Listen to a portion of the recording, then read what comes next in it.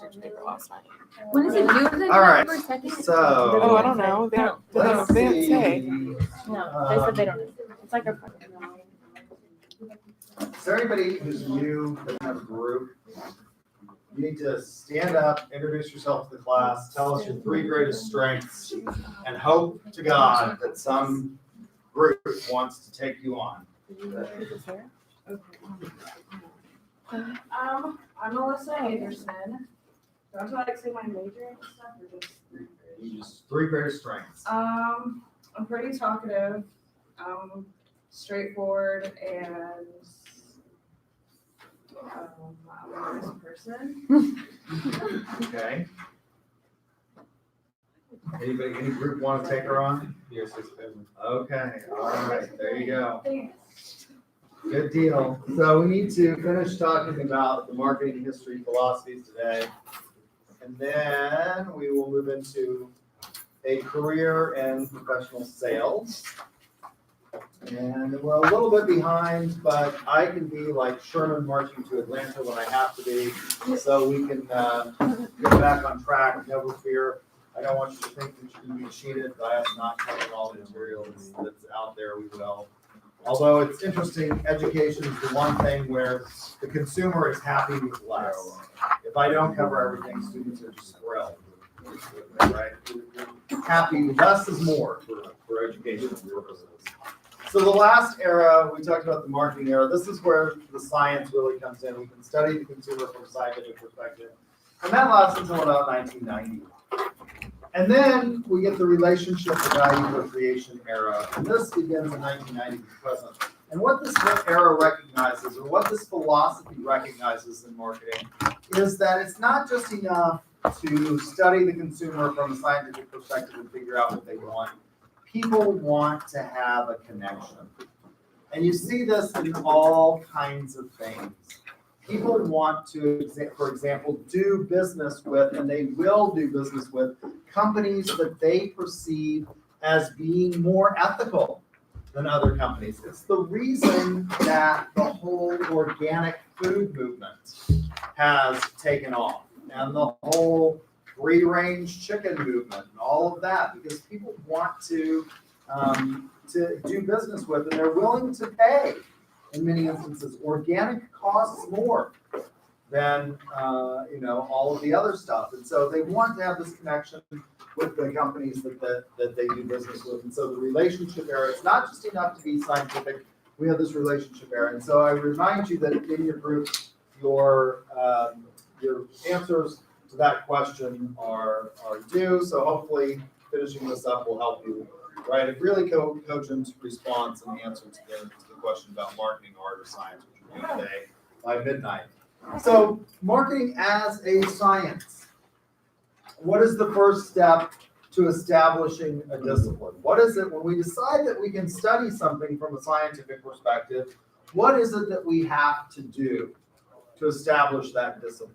So, what is it that makes biology a science? What is biology? The study of cells. The study of what? Cells. Cells, okay. It's the study of life. Yeah, it's the study of life. Physics is the study of. You said microbiology? I said microbiology. Oh, that's the study of cells, right? I said biology as a whole. Physics is the study of. No, I know Sheldon. Sheldon Cooper thinks that physics is the study of everything. So no, physics is the study of matter and motion. So it's not the study of everything. At least I think that's what physics is. I don't know. I waited till the last minute to take that class because I found it to be horribly boring. But biology was fun. You got to cut stuff up and look inside and put your little grubby fingers in the frog. That was all kind of very interesting. Chemistry is the study of. Huh? Yeah, it's the study of chemical reactions, and things like that. So, what is marketing then? What is the domain of marketing? This is the first step to establishing a science. Is you have to decide what the domain is. Then you have to go about using the scientific method in the study of that. So, what is the scientific method? Well, It's observation, you notice phenomena occur, you come up with hypotheses, and then you test them, right? So that's really sort of the heart of science. And we can do all of those things in marketing, and we can actually do them in an enormously scientific manner, much more so than, say, medicine, which is really much more of an art, in my opinion, having looked at medical studies, because we can do things in really, really scientific ways in marketing. We can study groups, and we can conduct marketing experiments that do actually involve a randomization of consumers, right? Through survey research and things like that. So we have to decide what the domain is. The first step in that is going to be the definition. And the definitions of marketing are evolving. The National Association of Marketing Teachers, which was the forerunner of the American Marketing Association, in 1935 proposed the following definition, which was then adopted by the AMA when the AMA was formed. And it said that marketing is the performance of business activities that direct the flow of goods and services from producer to consumer. So that was the first definition of the field, the domain of marketing. What's wrong with this definition? Marketing is the performance of business activities. Let's stop there. What's wrong with that as a definition for marketing? Performance, maybe? No? It's very broad. Business activities, right? It's what? It's too broad? It feels like it's like a discipline of business when it should be its own thing. Yeah, it's not just business activities, right? It's too narrow, actually. This part limits it to business activities. We use marketing in a lot of non-business contexts. You engage in marketing without even thinking about it. We engage in selling without even thinking about it. You, for the most part, want people to like you. You want to make friends. That is marketing. Making friends is marketing. You are marketing yourself to people. When you go out with your friends, you have to convince them to go do what? What you want to do. Or they have to convince you that you should do what they want to do. That's marketing. There's an exchange there between people. So this definition, it's the business activities that direct the flow of goods and services from producer to consumer.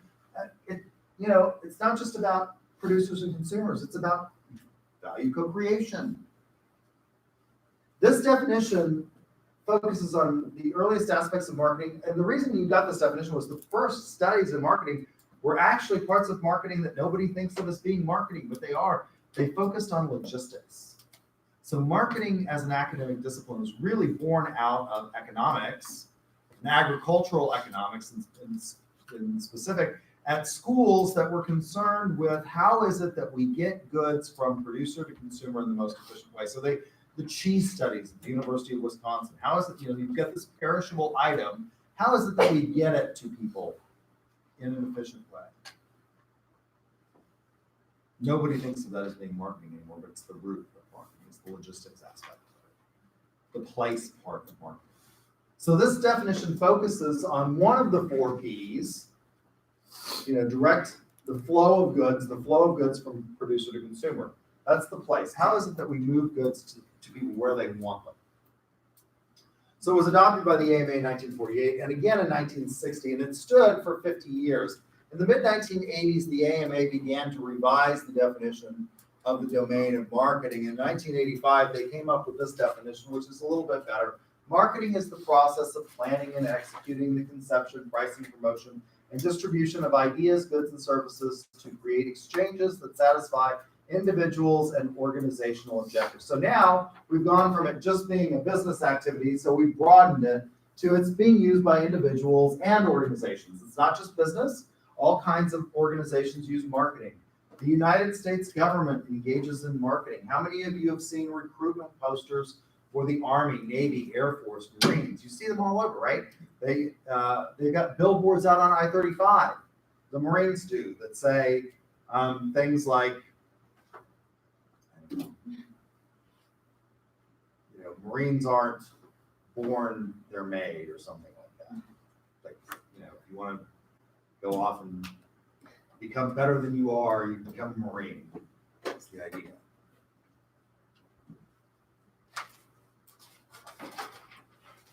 That's marketing. They want to get people in. So it's not just businesses that do that. There's still a problem with this definition. It does recognize that marketing is not just about products. It can be a distribution of ideas, goods and services that creates exchange. It's a pretty good definition, but then they come up with a better definition. So the first, that 1985 definition focuses on processes. The current definition says marketing is the activity for creating, communicating, delivering, and exchanging offerings that benefit organizations and individuals, customers, the organization itself, stakeholders, and society at large. So now we're recognizing that marketing not only benefits the organization or individual's objectives, but that it benefits society at large. Marketing makes things better. We may not save lives, although I would argue that marketing does save lives, because it is through logistics studies that we now know how to do things like get heart and lung transplants to where they need to go in the most efficient manner. But it benefits society as a whole. Why is it that the U.S. economy is so strong? It's largely as a result of marketing activities that keep our economy spinning. And so it benefits not just you, it benefits not just your organization, it benefits society as a whole. But there's something else that I think needs to be added to the definition of marketing and that I make an argument needs to be there. I think you should start with saying marketing is a pervasive social activity. Marketing is a pervasive social activity. What does that mean? You can't escape it. One of the things that's nice about teaching, so I didn't start out as a marketer. My first teaching position was as a political scientist here at UCO. So I taught things like American national government, and that was a horribly depressing experience because I would go around the room and I would say, "Why are you in my class?" "I hate politics and government. It's boring." "And I only took your class because you're young and not Dr. Jones, who's 110 years old. He's dry as dust." At the time, I was 22 years old. Right? I was younger than most of my students. So I wasn't I was the young gun in the department. I always found that interesting because government is not like a Renoir or a Picasso that you can stand back from and decide you just don't much care for it. It impacts everything. Marketing is the same way. But the better thing, the more interesting thing about marketing is that students generally, in this college, you don't have to take a marketing class. Everybody had to take an American National Government class, right? You don't have to take a marketing class. Most of you are marketing or sales students or business students, and so it's relevant. You recognize the value of it. But it is like government, and I used to say that about government. Government is a pervasive institution. You cannot escape it. Marketing is a pervasive social activity. You cannot escape it. You are wearing a North Face hoodie. That is marketing. Why the hell is it that they put that, why is it that you bought that hoodie? You could buy a Walmart hoodie for a lot less.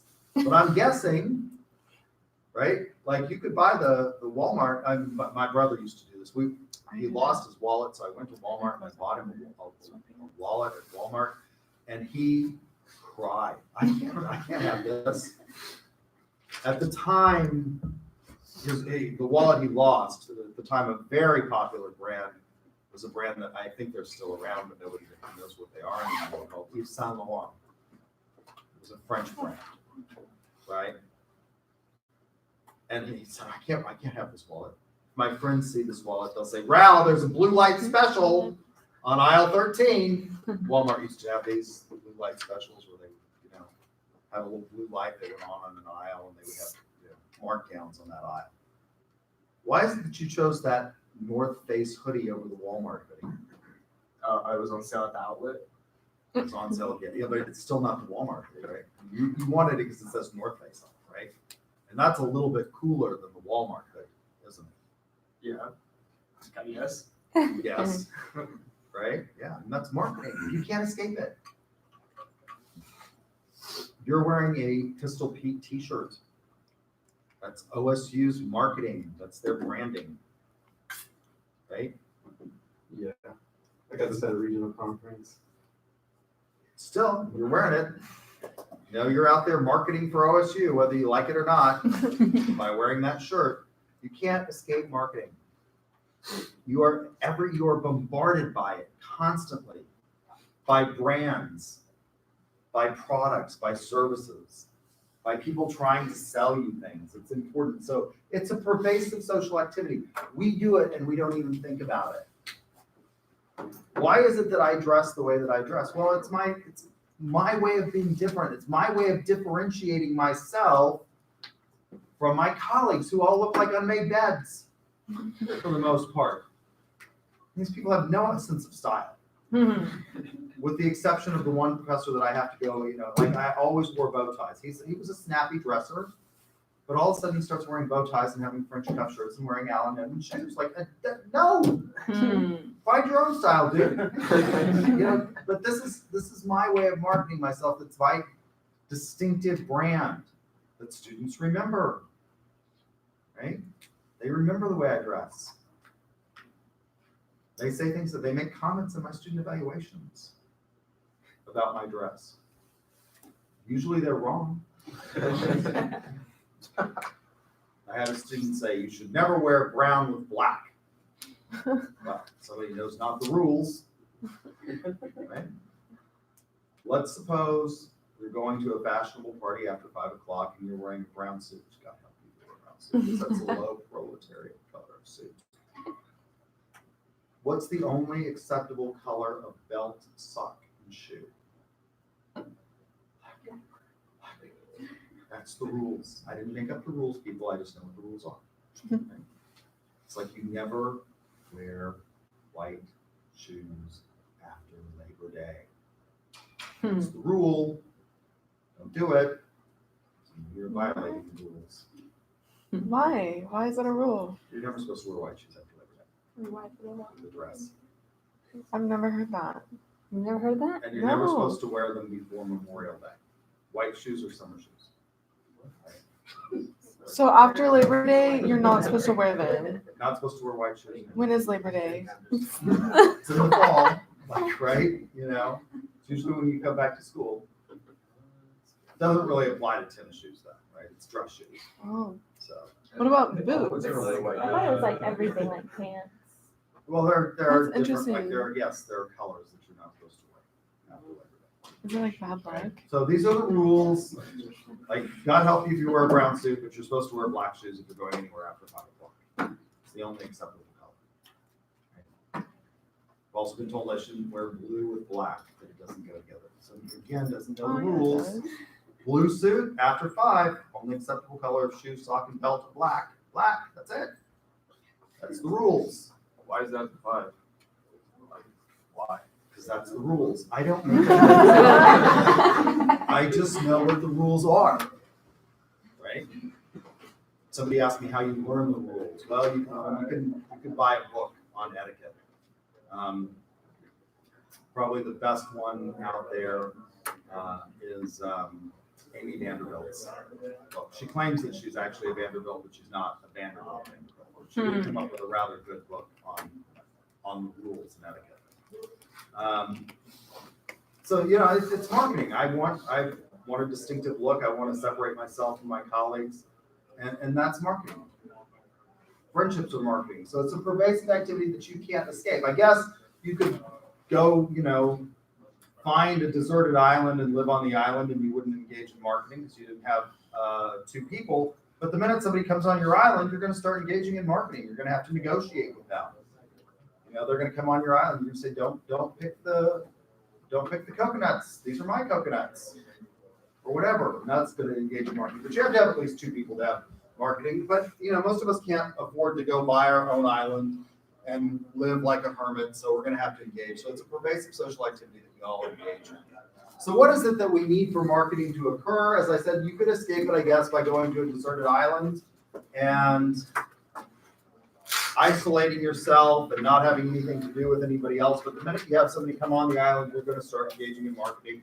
You're going to negotiate with them and say things like, don't pick the coconuts, get the hell off my island. I want to be alone. That's going to engage you. And you're going to have to convince them to leave. That's going to be marketing. So you're going to have more than one party. You're going to have a desire on the part of the parties to be satisfied. You're going to have to be able to communicate somehow to engage in marketing. And you're going to have something to exchange. Exchange is central to marketing. This is what makes the science really what it is. It's about the exchange. Now, that exchange doesn't have to be something tangible. It can be intangible. What is it that you're exchanging when you engage in marketing with your friends? Well, you're exchanging feelings, right? Good times.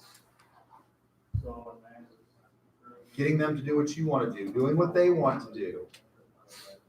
It doesn't have to be tangible. Lots of marketing involves intangibles. It involves services. That's the biggest sector of our economy now, is services. We have moved beyond, we used to say that we were an industrialized first world nation. We have moved beyond. We are post-industrial. The value in our economy now is not in producing actual things like this pen. It's in ideas.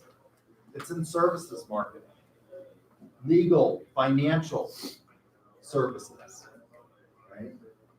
But something to exchange. So exchange is central to marketing. Any questions about marketing theories or philosophies?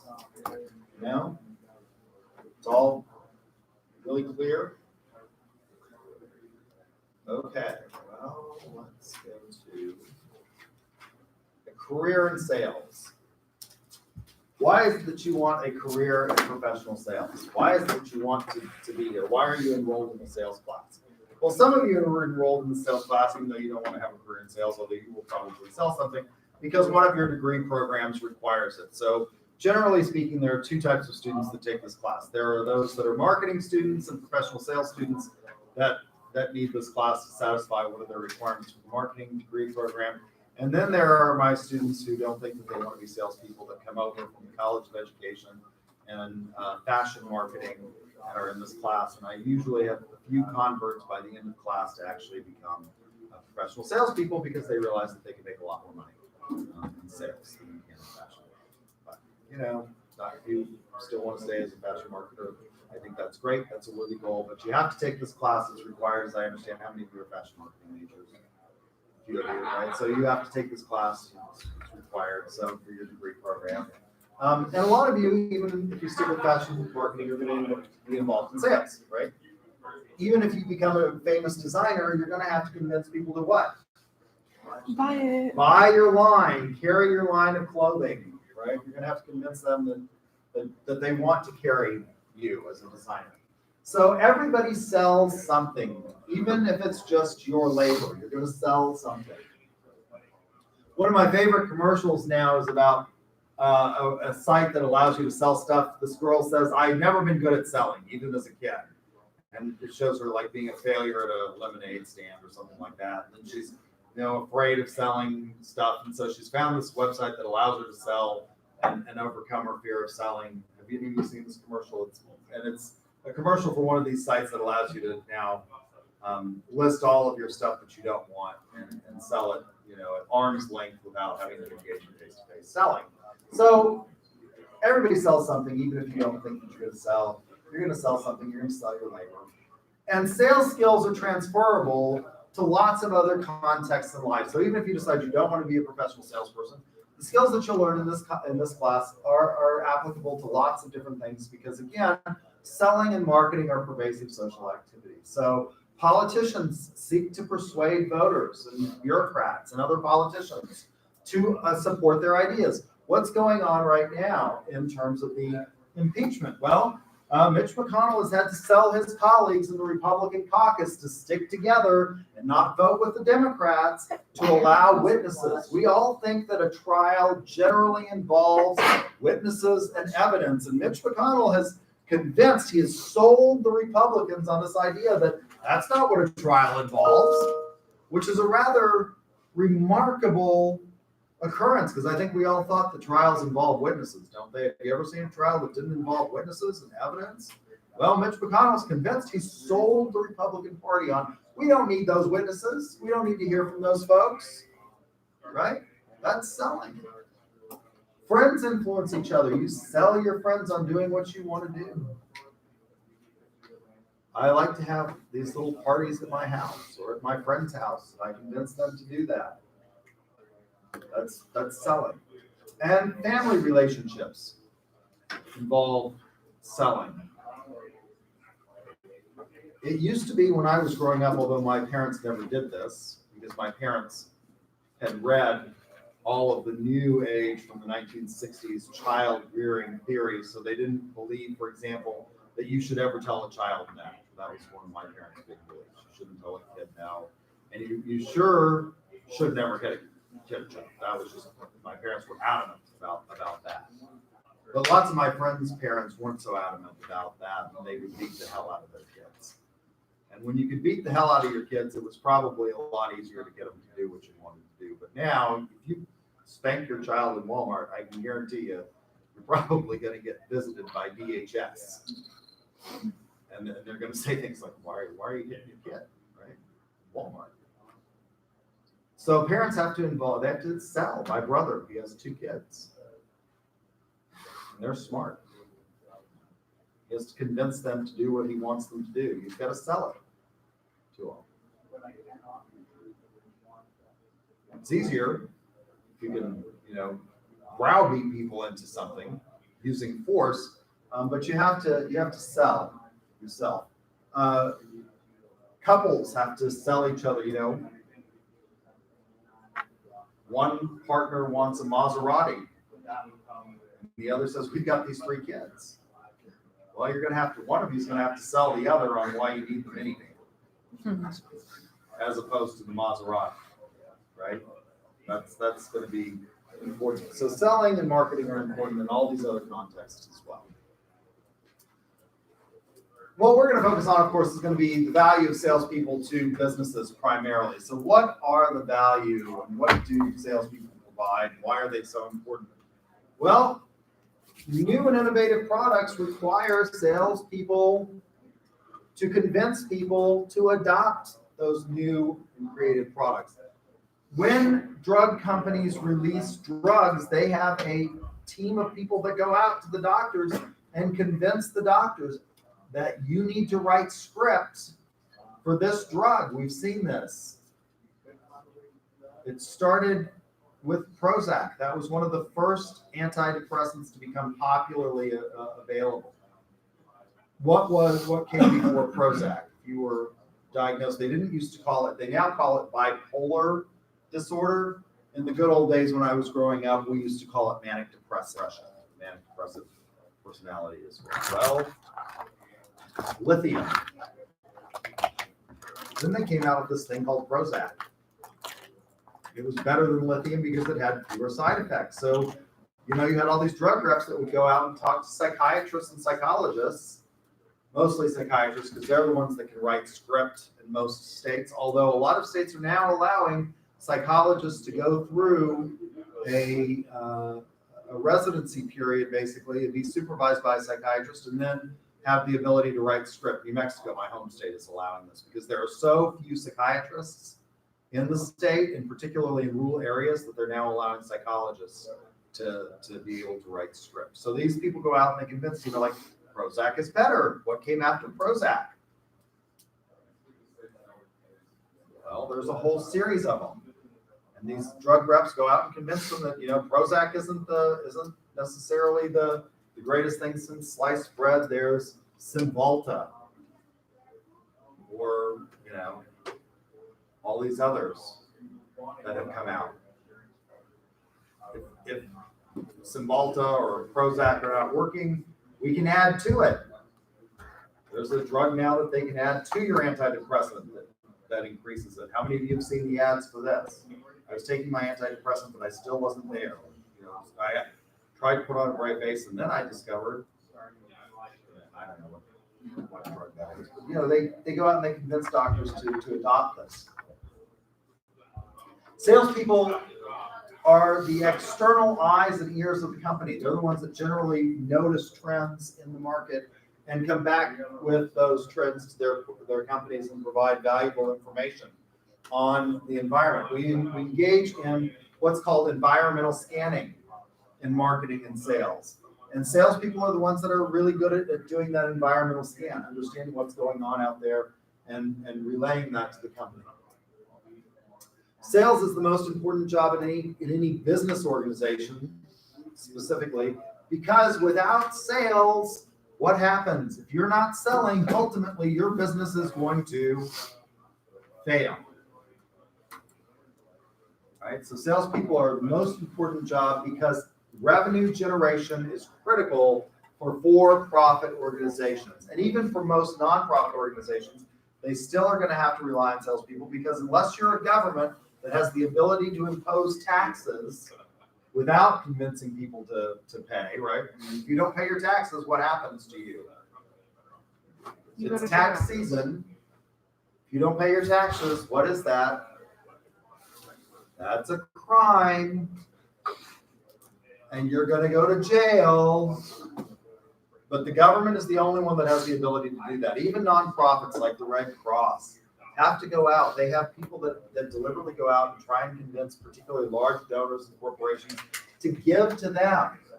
That they're doing great work and that this is going to help and that you will benefit. Won't you feel so much better? So they're important in any organization to keep the organization going. What do salespeople do? Well, they identify potential customers and those customers' needs. They determine how those needs are going to be satisfied in many instances. And they provide customers with product information that's relevant on the product services and products, benefits, and things like that. Compensation for salespeople, because of their value, is generally higher than in other parts of the firm. And compensation for salespeople, sales is the only career that you can choose to set your own salary. When I was a lawyer, and I was the school's lawyer for a long time,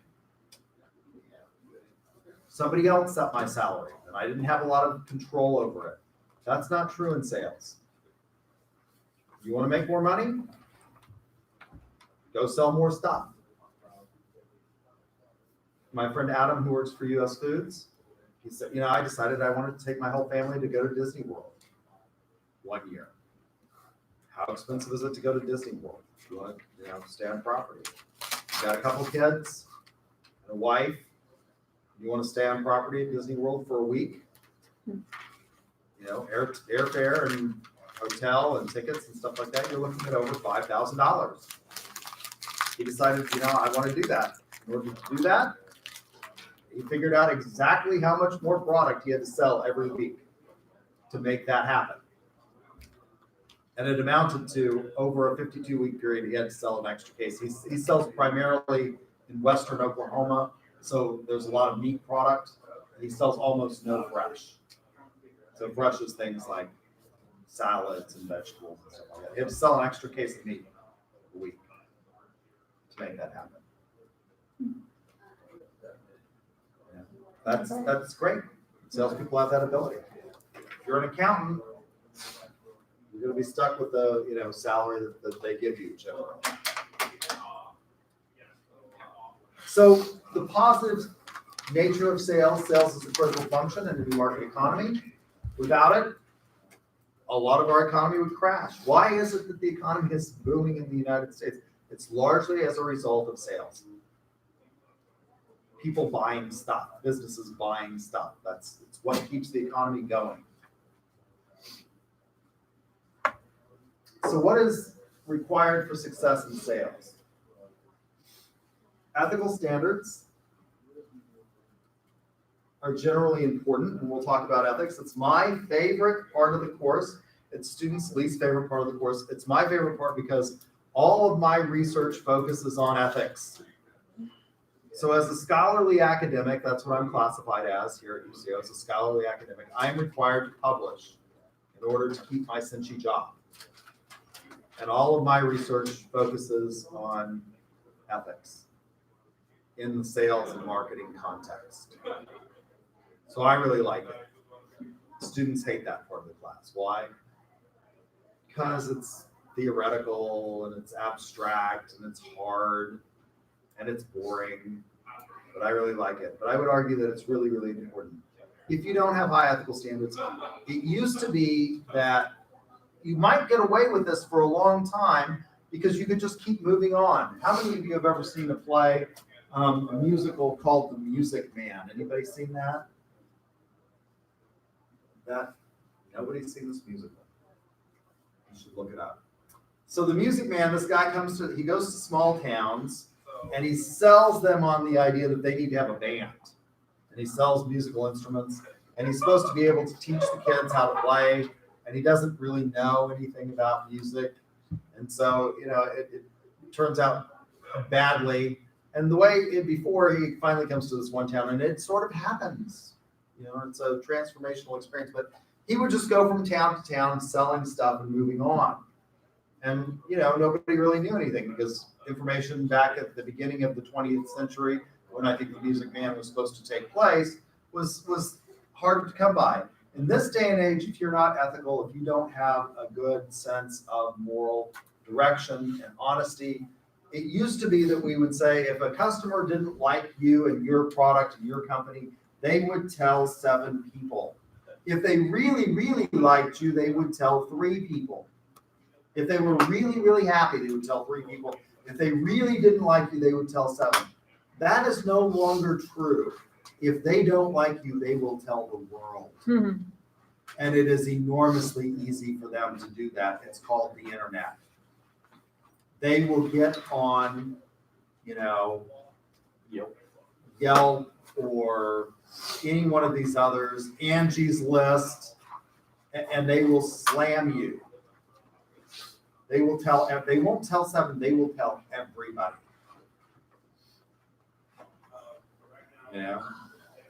About you.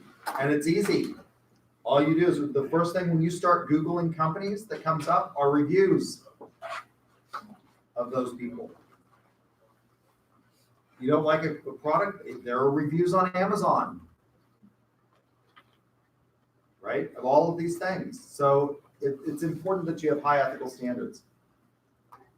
You should have a positive self-image and you should have perseverance. The most difficult thing from an emotional standpoint for most people is to hear no. And to be a really successful salesperson, you're going to hear no from people, right? It's just inevitable, and that's difficult for a lot of people. So you have to have a positive self-image, and you have to have perseverance. You have to have the ability to cultivate and maintain relationships. Now, the text says that salespeople aren't born, they're made. And I would agree with that to a certain extent. I don't think I can take somebody who's horribly introverted and just doesn't want to talk or deal with people, who has agoraphobia, and turn them into a salesperson. I think it's going to be really, really difficult. But within the range of skill sets, you can develop these. So having the ability to cultivate and maintain relationships is important to being successful at sales. And then having intellectual skills, being able to listen to people and take what they say and make an argument about why they should choose your product or service over the competitor is going to be really, really important. And as part of that is having empathy. And that's really one of the most difficult things, because is it possible to truly understand what it is to be somebody else? Can you ever really understand what somebody else? No, I mean, you can't. But to the extent humanly possible, to have empathy is really, really important. To be able to empathize. So what are the basics of sales that we'll go through? What are we gonna go through in this semester? What kinds of things are we gonna look at? We're gonna look at needs identification, prospecting. Now, I actually think that this is the most difficult part of professional sales. Emotionally being told no is very difficult, but I think most salespeople overwhelmingly tend to be extroverted people. They tend to be outwardly directed, and prospecting is by its nature inherently sort of a lonely process, going out and figuring out who it is that needs your product and service. It's hard to do that as a collective and group, and so I think it's one of the ones that takes the most amount of time. Particularly, it takes a lot of time in terms of researching, trying to figure out what it is that not only that people need, but who it is that actually has the ability to buy what you need. And particularly in business to business sales, this becomes really difficult because it's not generally something that's just put out there. And we'll talk a lot about this, about if you want to sell stuff, who do you have to get to buy stuff? For example, if you want to sell stuff to UCO, I have lots of needs as a professor. Can I just go out and buy whatever I want? No, I don't have that ability to just go out and buy stuff. I have lots of needs, but I can't even buy paper, right? As a university employee, this has to go through a process of purchasing. So it's not that I'm unimportant in this process, but I don't actually have the ability to purchase a whole lot of stuff in university.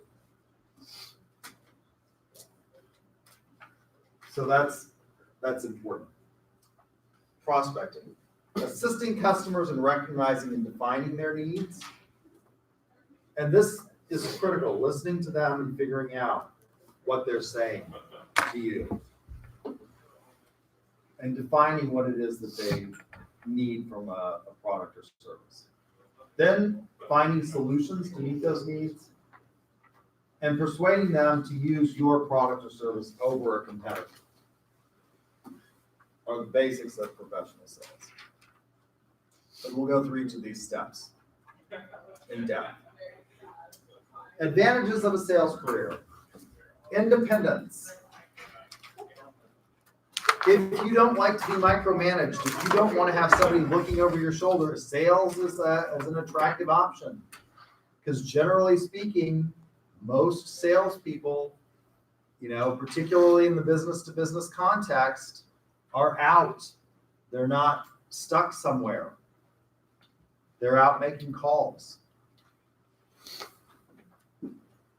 Oftentimes your boss in professional sales is not located where you are.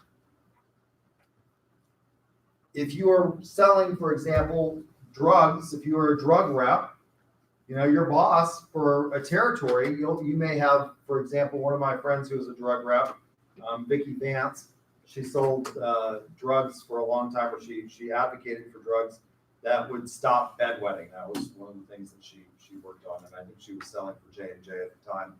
And her boss was in, New York.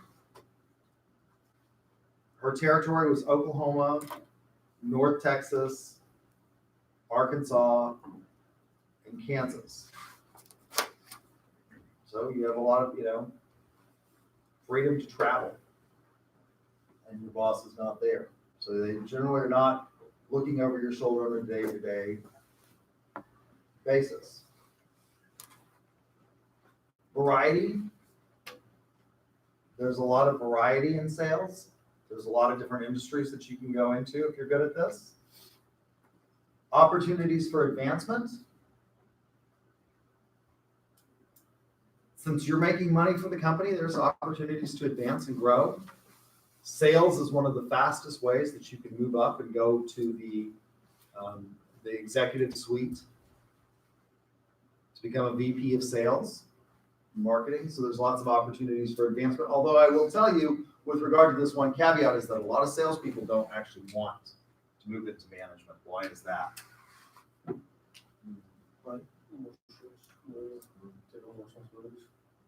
Yeah, you take on more responsibilities. You also limit generally when you move up into management, your variable compensation plan ends, right? You have a higher base salary.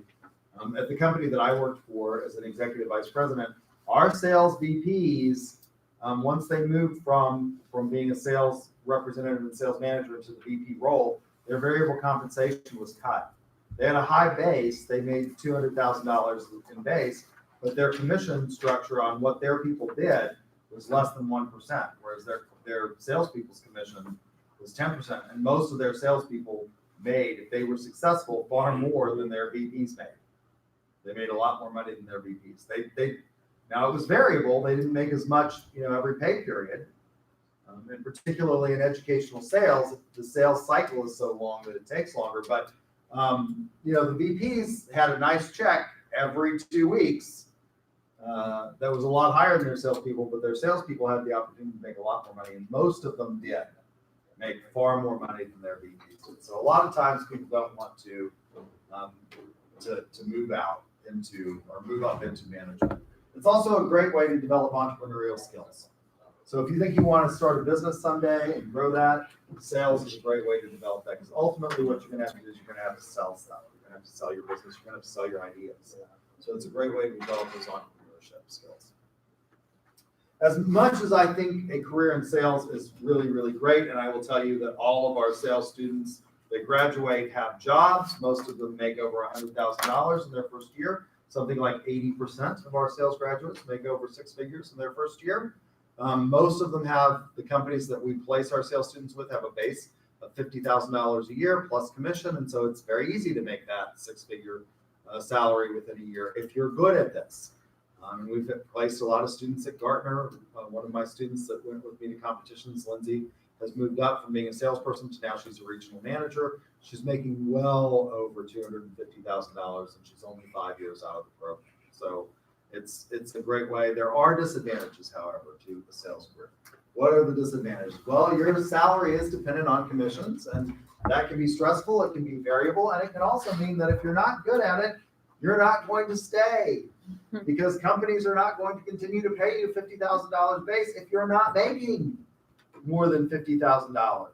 If you're not making more money than that, and a lot more money than that, they are not going to keep you. You will be rapidly finding another job. There are also irregular hours for salespeople. Mm-hmm. The company that I worked for, the American Education Corporation, we were an educational software provider. We developed learning management systems for the K-12 market. So D2L is a learning management system for higher education. We did the same thing, except ours came with content loaded. It had assessment as well as prescription. So it was prescriptive, assessment, content, and then tracking. So it allowed schools and teachers to do all of this in one stop. It provided all the content for them already loaded into the LMS. We sold nationwide. My sales VP that worked for me for the Western region included a big part of his territory included California and Hawaii. We sold a lot in Hawaii. What did that mean? Well, we're here in the central time zone. Hawaii is not in the central time zone. It meant that many days, if he was working on deals in Hawaii, he was at the office or on the phone well after 7 or 8 o'clock at night. Right? So that can be a disadvantage depending on your territory. Also, if you're having to drive to see people and sell, if your territory, like my friend Vicky, includes North Texas, all of Oklahoma, Arkansas, and Kansas, that's a lot of driving. It's a lot of windshield time to get to those doctors, and that means that you're not necessarily at home. She was a salesperson in a corporation, and then when she had children, she waited until she had to step back and waited until her kids were in school because it's hard to do that. So that can be a disadvantage, the irregular hours. Travel. I generally think I like traveling. I like traveling with our sales team. I think it's fun, but I don't do it, 3 or 4 days a week. One of my other friends who sold for 3M, sold dental products for 3M, she was on the road until she retired recently. She was on the road 4 out of 5 days a week. That's a lot of time. And travel can get really, really boring after that amount of time. It can be stressful to be away from your family and your home, sleeping in a hotel every night. And then, of course, handling rejection is emotionally difficult for a lot of people.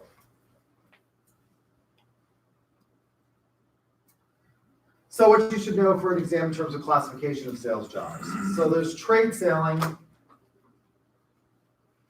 These are usually dealing with businesses that are resellers. So an example of this is when you go to Dallas Market, and there are people that sell at Market. All of these little independent retail shops and things like that. It's a lot of fun. I've been there. If you can have somebody who is a buyer to go to Market and see it, it's fun to go do that and see that kind of stuff. So trade selling. We also sold at trade shows. We would go to these educational conferences and trade shows. We would sell our product at those places where superintendents and principals would go to educational curriculum conferences and things like that. So we did a lot of trade show selling as well. You do find some trade show selling in the B2C context. Where do you find that? You find that at places like the state fair. Historically speaking, state fairs were about farmers and ranchers bringing their goods to show and compete at the state fair. That has become less and less of part of the state fair. Now, the biggest part of the state fair, if you go to the Oklahoma State Fair, which by the way is one of my favorite things to do, it's every year in the fall, go to the state fair, and it's just a miracle what people would rather have than their own money. I mean, it's just fascinating to me what they would rather have than their own money. All kinds of stuff. That's trade show selling. A fair of the heart, which I get drugged to from time to time by the women folk in my family, much to my horror and dismay. And I really don't like a fair of the heart because they don't have, like at every other trade show at the fair, they have beer. They don't do it at fair of the heart. I don't know why. Life could be much more enjoyable if you can have a beer along with it. Which is why I like the state fair. Like you can walk around and see everything that you never knew you needed while drinking a beer. So that's trade shows in a B2C, but usually those are B2B contexts. Missionary salespeople or missionary sales are providing education to people who ultimately decide what products a consumer will use, and that's pharmaceutical. So my friend Vicky, who sold for J&J this drug that helped children keep them from wetting the bed, that actually, they used to think that bedwetting was a psychological deal. It's not. It's actually caused by a chemical imbalance that prevents them from retaining water. If you get up in the morning and your hands are swollen, you don't have the chemical imbalance. It's because what happens is during the night while you're asleep, your body forces fluids to your extremities so that you don't wet the bed. Some kids didn't have this problem or don't have that and they have a problem, and so they would wet the bed. They manufactured this drug. She's not actually selling it to consumers, right? She's going out and educating doctors. So she's not directly selling, it's missionary sales. And that she's educating doctors about this product and why they need to prescribe it. What the advantages and disadvantages and things like that are of the drug. So pharmaceutical sales, missionary sales, trying to educate people who ultimately buy what is needed. Technical sales, this is usually in the B2B context, and it involves specialized knowledge. So my sister-in-law is actually a medical device salesperson. She sells, and she has to learn the devices that she sells. Currently, she's selling an oncology device that takes biopsies of breast tissue to analyze breast tissue for cancer. So it's knowing something about the product and having a specialized skill. Her background is actually in science, in the hard sciences, that allowed her to understand biology and the technical aspects of her job. So the chemical industry is another one where you have to understand what it is that you're selling. If you're selling, for example, and you see all these ads now for if you've been exposed to Roundup, right? So there are salespeople that go out and sell, what is Roundup used for? Well, it's used to kill weeds and other types of plants. specialized machines, high-tech industries, things like that, require technical sales. A lot of times, one of the things that we did when I had a company that recruited healthcare professionals is we primarily recruited nurses. And so one of our salespeople in the company that I own was a nurse because she could talk to other nurses. We would go and we would recruit nurses for permanent placement in hospitals.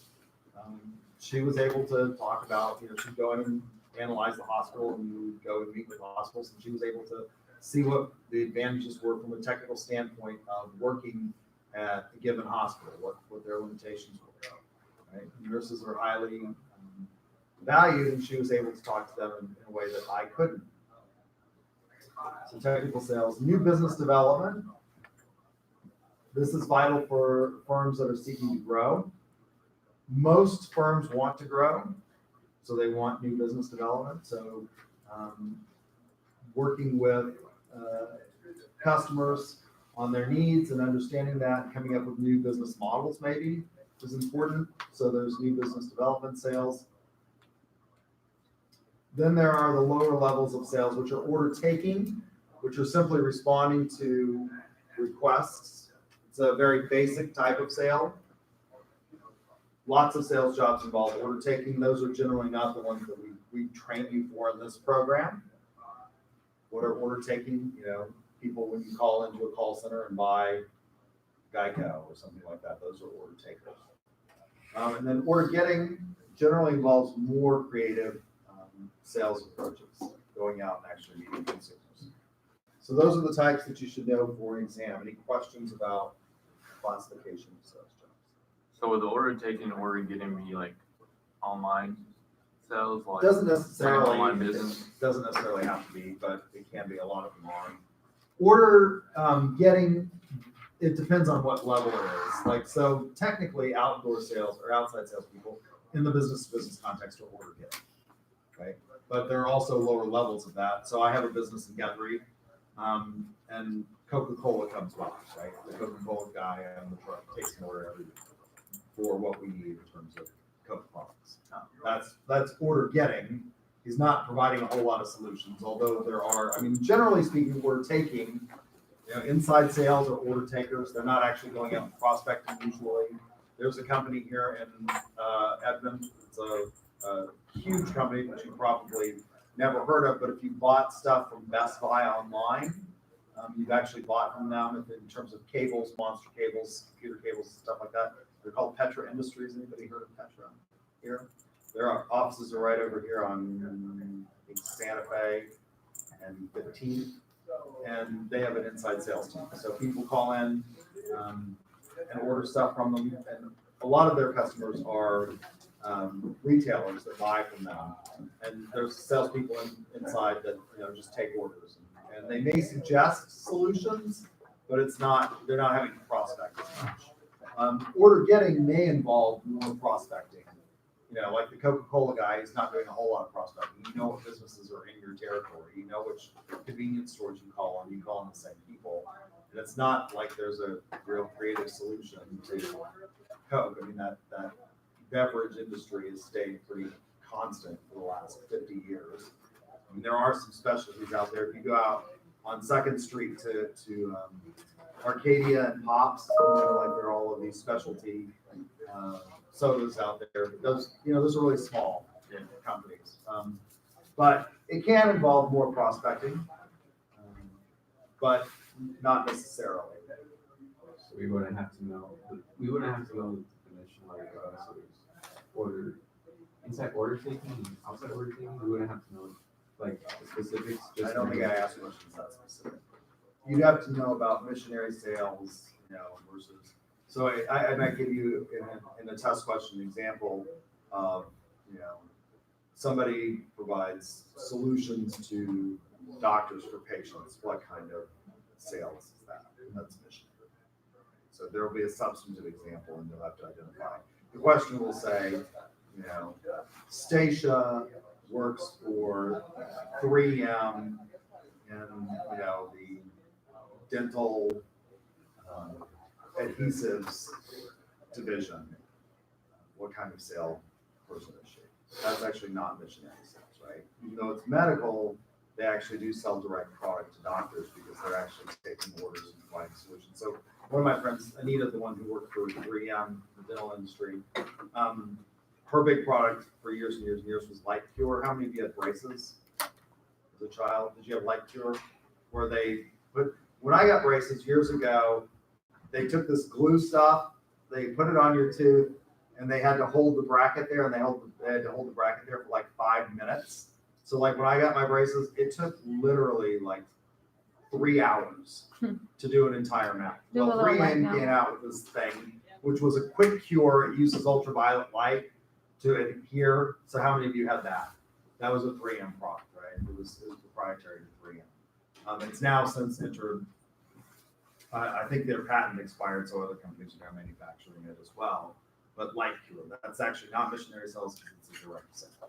But if she were selling Cymbalta, right, which is an antidepressant drug, you're not actually going out and selling to consumers, you're convincing doctors to write a script for Cymbalta.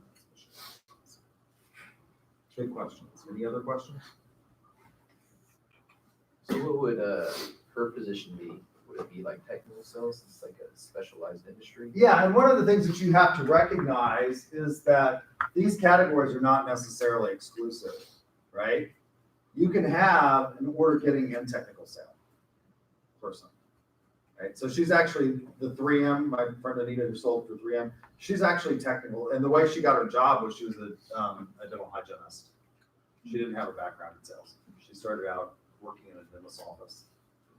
And so she knew the industry and she just decided she wanted to make more money than being a dental hygienist. And so she went into sales. So that's both technical and order getting, right? So, and that's a good question because a lot of times what I will do on the questions, they always say in the multiple choice, which is the most correct answer. And so if I said, you know, Anita sells Light Cure for 3M, which of the following is what she is, you know, and the question said, technical sales, missionary sales, or technical and order getting, which of those would be the most correct answer? It would be technical and order getting. And I do questions like that so that you'll have the most correct. One would be correct, but the most correct answer would be the other. So like, is there a way to like distinguish like order taking? I know you already said it, but if you would ask the question, what would separate order taking from all the rest? Like, you would ask a question like that. Generally speaking, the question would be, Mike works for Best Buy, right? He's not responsible for prospecting at all. Customers come into the store and he assists them with product. Which of these is, you know, which of these fits Mike's role? Is it trade selling, missionary sales, technical sales, or order getting? Which of those would be the most correct? Order taking, because he's not doing Order taking. Because he's not doing any prospecting. Right? Now, if it said he specializes in computers at Best Buy and only assists customers with their computer needs, you could argue that, right? In that case, I would probably say both technical sales and order taking. You know, he's both a technical sales and an order taking salesperson.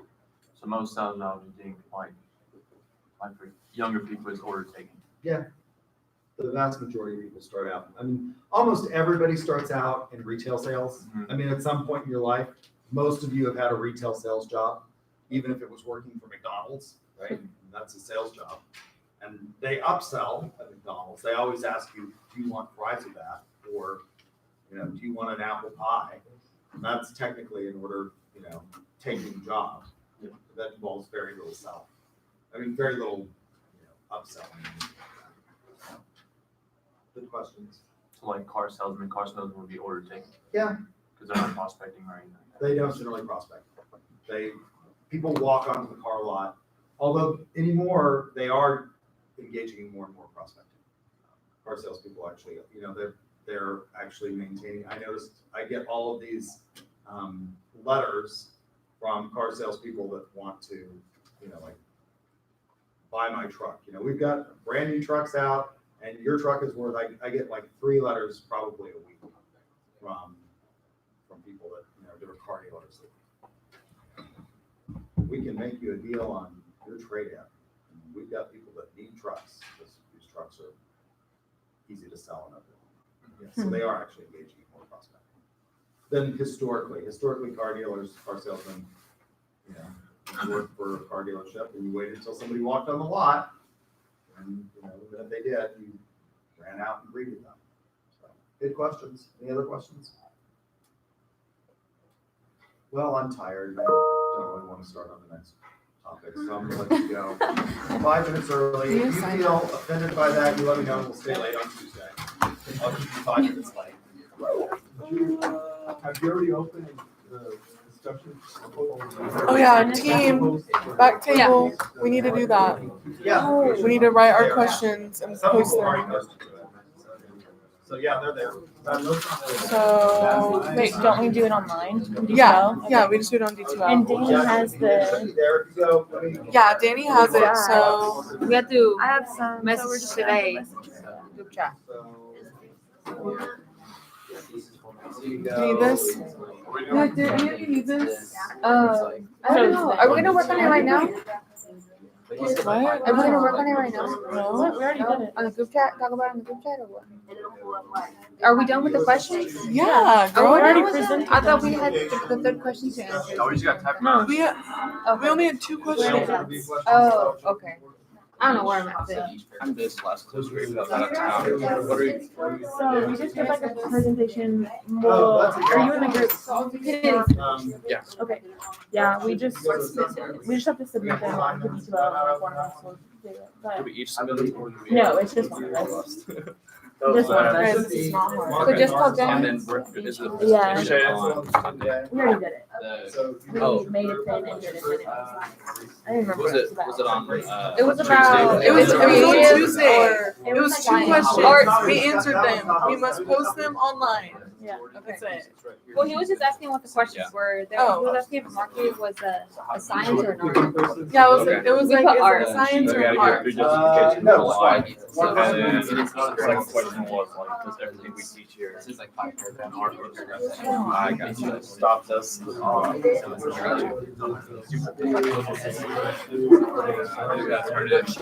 guess we're confused.